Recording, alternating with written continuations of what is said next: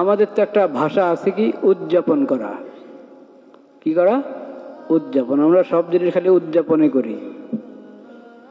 শবে বরাত উদযাপন করি, শবে কদর উদযাপন করি, ঈদ উদযাপন করি। আনুষ্ঠানিকভাবে পালন করা, এবং সেটাও নিজের মতো করে। আনুষ্ঠানিকতারও তো একটা নিয়ম নীতি থাকে, কিন্তু আমাদের সমাজে দেখা যায় ওই নিয়ম নীতিগুলো পালন করা হয় না। আমরা শবে বরাত পালন করি কিভাবে? বাস অপেক্ষায় থাকি কবে শবে বরাত আসবে।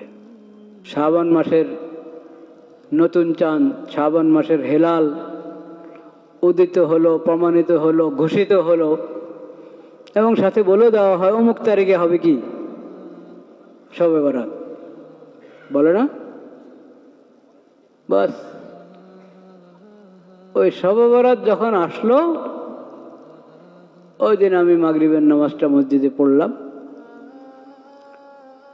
রাত্রে সবাই মসজিদে, মুসল্লি যারা। শুধু যদি সূর্যটাকে এক হাত এগিয়ে দেওয়া হয়, তাহলে এই পৃথিবীর অর্ধেকের বেশি জায়গা মরুভূমি হয়ে যাবে। আর যদি সূর্যটাকে এক হাত পিছিয়ে দেওয়া হয়, তাহলে এই পৃথিবীর একটা বড় অংশ বরফের চাদরে ঢেকে যাবে।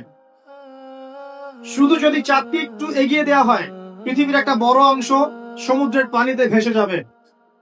আর চাঁদকে যদি একটু পিছিয়ে দেওয়া হয়, ভাটা পড়ে যাবে, সাগরের স্রোত পাবেন না আপনি। প্রতিটা গ্রহ, নক্ষত্র, গ্যালাক্সি, সৌরজগৎ, চন্দ্র, সূর্য, পৃথিবী, এগুলো এত সূক্ষ্ম গাণিতিক ব্যাখ্যায় আছে, এত সূক্ষ্ম গাণিতিক সূত্র মেনে চলে, যার একটু ডানে বামে গেলেই মহাবিশ্ব কলাপস করে যাবে।